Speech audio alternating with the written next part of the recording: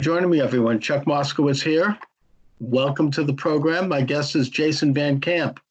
Jason is a decorated Green Beret who attended and played football at West Point before earning his U.S. Army Ranger tab and Special Forces tab.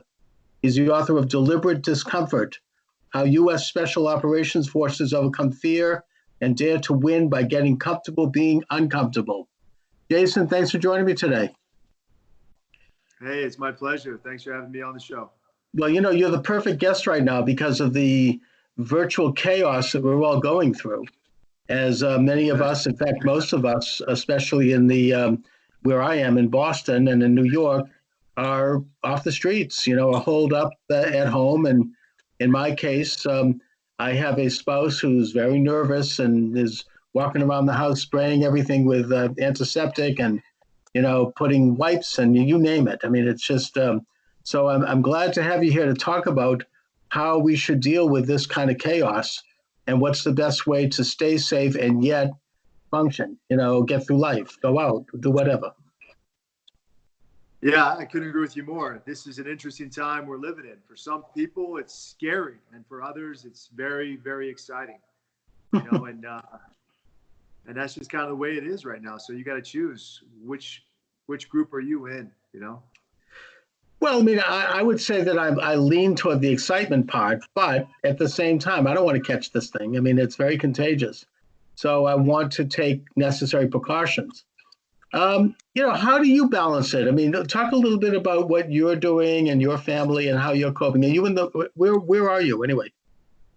So I am from Virginia, but I live in Utah right now. My wife is from Utah. So when we got married, we compromised and ended up in Utah.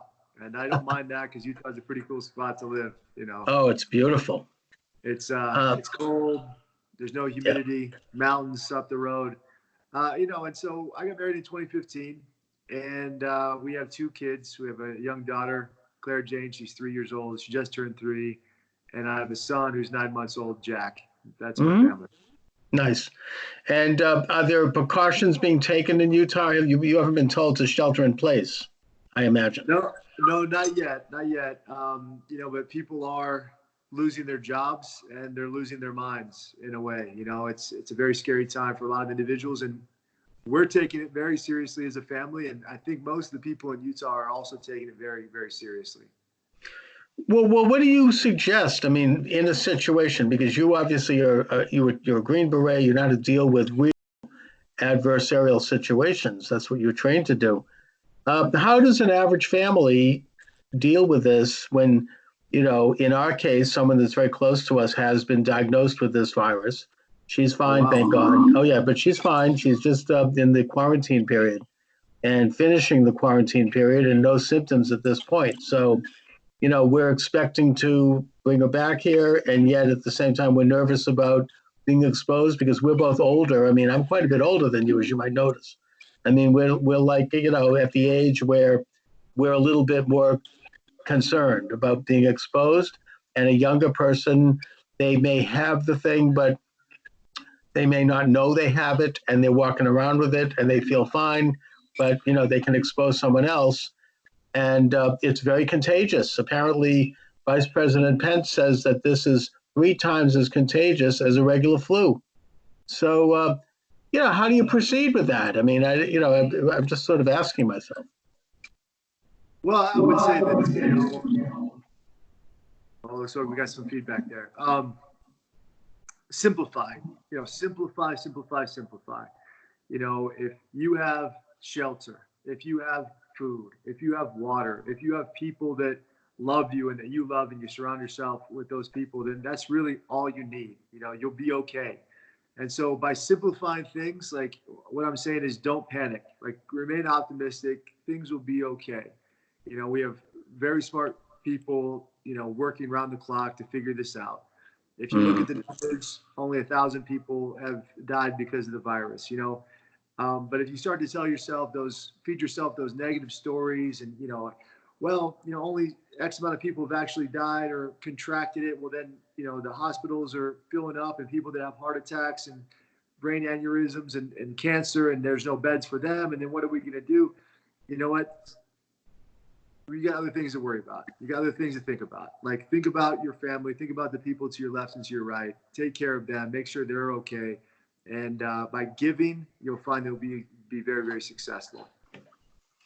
So, I think that we watch the mainstream 6 o'clock news, Yeah. and it's very alarming because they show it. And I don't know if they're trying to be alarming or what, but they show videos of what's going on inside the hospitals in New York, particularly, which we're near, and also in Italy and in Spain. And it looks horrifying. I mean, you think that if you catch this thing, the main deal is to keep strong and not have to go to the hospital, because it does not look good if you end up having to go to one of these places. Yeah, well, I think it affects everyone differently. I don't know anyone personally that has contracted the virus, but I know people like basically through um, through friends, friends of friends that have had the disease, and I've asked really in-depth questions about what it's like. And for some, like, it just kind of felt like I had a headache, I had some trouble breathing, it was no big deal. And for others, they're like, I couldn't breathe, I had to check myself into the hospital, it was one of the scariest things in my life, like that sort of thing. So you don't know what to expect. Your body's going to handle it differently. And I guess the only thing you can tell yourself is, through your own personal experiences, how have you dealt with diseases and viruses in the past? Has it really knocked you out and like put you bedridden, or have you been able to overcome it pretty quickly? For me, I've been in the military for such a long time. We got so many shots. I feel like, I'm immune to a lot of stuff, but at the same time, I did catch malaria before. You did. Yeah. And then that was a really tough deal. It was, I powered through it though. I actually went to class with malaria, and I was delirious sort of, and really headache. My head was pounding. I felt nauseous. I hadn't had an appetite. I didn't really eat. And eventually I checked myself in the hospital for a couple of days, and I had a 107-degree fever, and they thought I had SARS, and SARS was really big at the time when I got this, when I got malaria. It was in 2003 when this happened. And, that just gives me confidence that if I contracted malaria and I was able to go to class, and, if something else happens to me, I'll be okay. And I think that other people should take that same mindset, feed themselves positive stories, think to themselves, hey, listen, I've overcome more difficult things than this, more difficult challenges than this in my life, and I'm going to overcome this one too. I also think that in my case and in a lot of people's cases, I'm doing things that I think, at least maybe it's a placebo, but it makes me feel like at least I'm in control by taking a lot of supplements, including the STEM Enhance, which is good for people over the 60, 59, 58 plus. It's a natural supplement that has natural stem cells in it, and STEM Enhance Ultra, that is from Cerule. Not to get in a shameless plug, but it's available on my website, which is charlesmoscowitz.com. I take a good dose of that every day and have been doing so from the beginning. And I can't say for sure, but I feel very good, and I think it strengthens my immune system.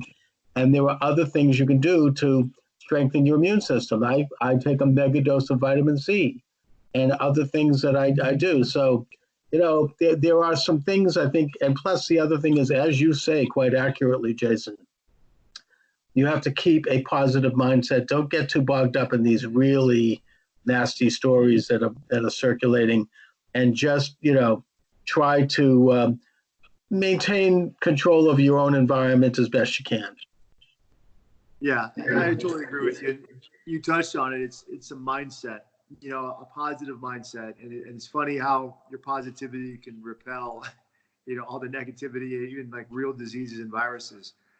And even if it's a placebo, like whatever works for you, whatever makes you happy, whatever keeps you optimistic. And, that's something that I would encourage everyone to pursue.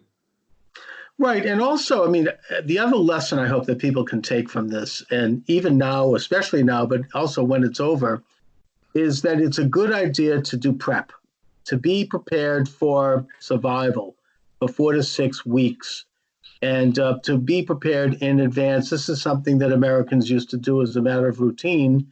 Now we've kind of forgotten about that, but you should have provisions that will ensure that you can survive on your own for 4 to 6 weeks, especially if you're in a city or in an urban environment. I mean, I myself and my wife, we did this long before the real thing hit, and that we were the restrictions because we could see it coming. So we suspected it was coming, and people criticized us for it at the time. But so be it. We now are sitting nice. We have everything we could need, and we have it all set up, and we're living in a little paradise here, and not worrying too much. Although, at some point, depending on how long the thing goes, you have to go out and replenish. But the lesson here is that it's a good idea to be self-sufficient, to take care of yourself and your family for any eventuality that might come down the pipe. Yeah, it's a wake-up call for a lot of folks that haven't done that before. In my church, I'm a member of the Church of Jesus Christ Latter-day Saints, a Mormon church, and they really promote self-reliance and food storage. It's a big component of the culture. And so, and be prepared. I'm an Eagle Scout, so it's kind of been ingrained in me since I was a little kid, to be prepared for all that. So I would encourage folks to have food storage, certainly water for 3 months, water purifying kits, and then something to defend yourself and protect yourself. So weapons, sort of thing, fire starting kits. And then, I have a big medic bag, not a shameless plug as well. My medic has some great medical bags. And I'm not affiliated with them in any way, nor do I sell them on my website, but they've got some great stuff. My friend Jeff Kirkham here in Utah, he has a company called Ready Man, and he sells a lot of material that you can use to prepare yourself in the event that you need to survive or the zombie apocalypse occurs. Absolutely. We would have laughed at this a month ago, but now people aren't laughing so much. We don't know what's going to happen, and we don't know what's going to come down the pike. Maybe a month from now, it could get worse. So, yes, have these things. I mean, I saw something advertised that I'm very tempted to buy, and that is like not a hazmat suit, but it's a full head to foot suit with goggles and a face mask that's very high quality and gloves. And I'm thinking of getting it only because I want to get out again, and I want to drive, and I want to go places, and I don't want to worry. Am I being too reactionary to think about getting that? Whatever makes sense for you and whatever gives you confidence, pursue it. I know a lot of folks that have hazmat suits and the protective masks. In the military, we called it our MOP gear. We had to prepare for chemical warfare. So we'd practice drills out in the field, in training and so forth. We had to don all of our gear and our pro mask, our protective mask. So, I don't have that gear. I don't think that if it gets to the point where I need that sort of stuff, like we're in real trouble, but if that makes you happy, then I would absolutely go for it. Now, what do you think is an appropriate role for the military in the pandemic right now in this country, if any? Well, I'll tell you, military right now, they're cutting back on training. They're self-quarantining. They're shuttering recruiting stations. And from what I understand, like more than 300,000 cases of the coronavirus have now been confirmed globally, right? So that's an increase of about 30,000 or so from last Saturday. And, when you really look at the numbers, only 124 service members, including their families and civilian workers, have contracted the disease as of last week. And they're promoting social distancing. And the military is very agile. They really are. And so I think that the military is just kind of waiting this thing out. They're getting ready to go. They're taking it seriously. And if we needed them, we would have them in a heartbeat. Well, that's good to know. Jason, talk a little bit, if you don't mind, about your book and the thesis of the book. Deliberate Discomfort is the title of my book. The subtitle is How U.S. Special Operations Forces Overcome Fear and Dare to Win by Getting Comfortable Being Uncomfortable. And the book is so timely right now with the coronavirus. The book is needed now more than ever. Yes. The book is about getting comfortable being uncomfortable. And this is the new normal, right now. Like this is our normal Hmm. at the moment. And if you're sitting at home, binge watching Netflix and playing video games, that's the wrong answer. If you're improving, you're getting stronger, you're improvising, you're trying to figure out what to do next. That's the answer that I'm looking for. I'll Okay. give you an example. I met with one of my big clients about 3 weeks ago, and they postponed our contract. It was a big contract for 2020, and they said, you know what, we're sending all of our employees home, and we don't know what's going to happen with this. We're scared. We don't know what's going to happen. What do you think, Jason? And I said, well, I don't think you're going to lose your business. As a matter of fact, I think the opposite. I think that what you're going to find after about a month of your employees working remotely is that you haven't skipped a beat. I think you're going to find that your product went out the door. You're going to have made just as much money as you made the month before. Your customers are going to be happy. And they were like, well, why do you think that? And I said, it kind of reminds me of World War I, when typically all the men had jobs. Historically, women didn't work and men had to go to combat. And the job still needed to be performed. And so women stepped up and did the work. And we realized pretty quickly as a society that women could do a job just as well as a man can. And men got back from combat and they didn't have jobs to come back to. Society has shifted completely. And I feel like that's what's going to happen now with this coronavirus. I think that businesses are going to find out that, you know what, we don't need office spaces. We don't need to require our employees to come into work every day. We can have them work remotely. And the millennials have been trying to push this down our throats for the last 10 years, but we just haven't accepted it. And now it's given us that uncomfortable scenario where we sort of need to accept it. And I Hmm. feel like there's going to be a dramatic shift in how businesses are run, and by August, September 2020. I think a lot of businesses are going to, go in a different direction and stop renting office space. I feel like private equity companies are going to look at their portfolio companies and they're going to say, hey, itemize a list of all of our business expenditures. Show me what isn't relevant to the bottom line. And at the top of the list is going to be rent. And the private equity companies are going to say, hey, you made just as much money not paying rent or having that rent on hold than you did with it. So get rid of it.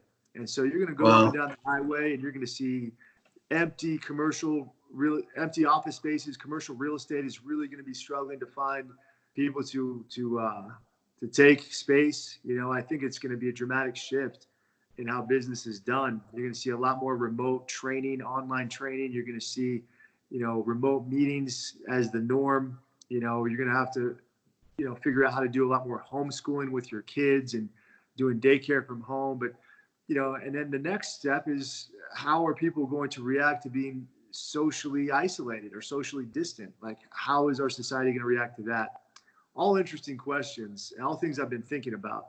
Interesting. No, great thoughts. I mean, this is, in a way, it makes me think that due to the crisis and the reaction to it, because there's going to be, it's almost like we're going back to the days of the early republic when America was an agrarian nation primarily, and that people were self-employed, they were local, they had their local business, whether it be a farm or a local factory or like a local manufacturing, and that because of the internet, we can all, we're going to be much more self-sufficient. We're going to be more, maybe there'll be more self-employed people, more independent contracting, more people. In a way, it frees you because you could work 24 hours. You can work anytime you want. You can wake up at 2 in the morning and do some work. It's sort of like, it just becomes an integral part of your life. You don't have to like punch a time clock every day and go in and, put on a seersucker suit and sit, in a cubicle. Everything can be done, and you have your kids there, and it's kind of I think a very positive side to this socially, that Oh, the it's society will shift in that direction. Very interesting, really, really good insight. Very, very good. So that's what I talk about in my book. It's Yeah. discomfort. It's not a negative thing. It's a positive thing. It's a growth mindset. It's figuring out a better way, a better path, a better solution, to accomplish the mission. And, there's a lot of hysteria and fear right now. It's chaos. People are feeling disorganized. But this is the time when you need to step up as a leader and actually lead. Don't leave your people in isolation. Continue with accepting voluntarily, intentionally, deliberately accepting and embracing discomfort. And the book is, we're really proud of it. It's been out for a month. You can buy it on Amazon or wherever books are sold. You can go to our partner, veteran-owned and operated Nine Line Apparel. You can get the book with a limited edition T-shirt in a bundle package. It's a great, great deal. We've sold 17,000 books so far in the last month. Wow. And that has turned us into an Amazon #1 bestseller. We're trying to make a couple other bestseller lists. We're working really hard at that. And, people love the book. Reviews are amazing. And so I encourage anyone who wants to know how to overcome this new normal and figure out what to do with their life and succeed to pick up a copy of Deliberate Discomfort immediately. Excellent. Good. I'll put a link up to it on the show. And I know you've already done it, Jason, but just again, for my listeners and viewers, mention where people can get your book or any other information about yourself that you'd like to give out. Sure. So I'm Jason Van Camp. I'm the chairman of Mission 60. You can find us on mission60.com. I'm also the executive director of 501c3 nonprofit called Warrior Rising. We help veterans the most altruistic way we know how. We help them help themselves. And we do that by providing opportunities to create businesses or accelerate businesses. I live in Utah with my wife, Lizzie, and my 2 kids, Claire Jane and Jack. I wrote a book called Deliberate Discomfort, How U.S. Special Operations Forces Overcome Fear and Dare to Win by Getting Comfortable, Being Uncomfortable. And you can find that on Amazon right now, wherever books are sold, or you go to veteran-owned and operated Nine Line Apparel to get the book with a limited edition T-shirt in a bundle package. Well, Jason Van Camp, I want to thank you for joining me. I want to thank you for your service to this country. And I hope to be in touch with you and from time to time to keep up on what you're up to. Thanks so much. I appreciate your time. It's been a blast. Thank you. All right. Take care. Thank you. Take care.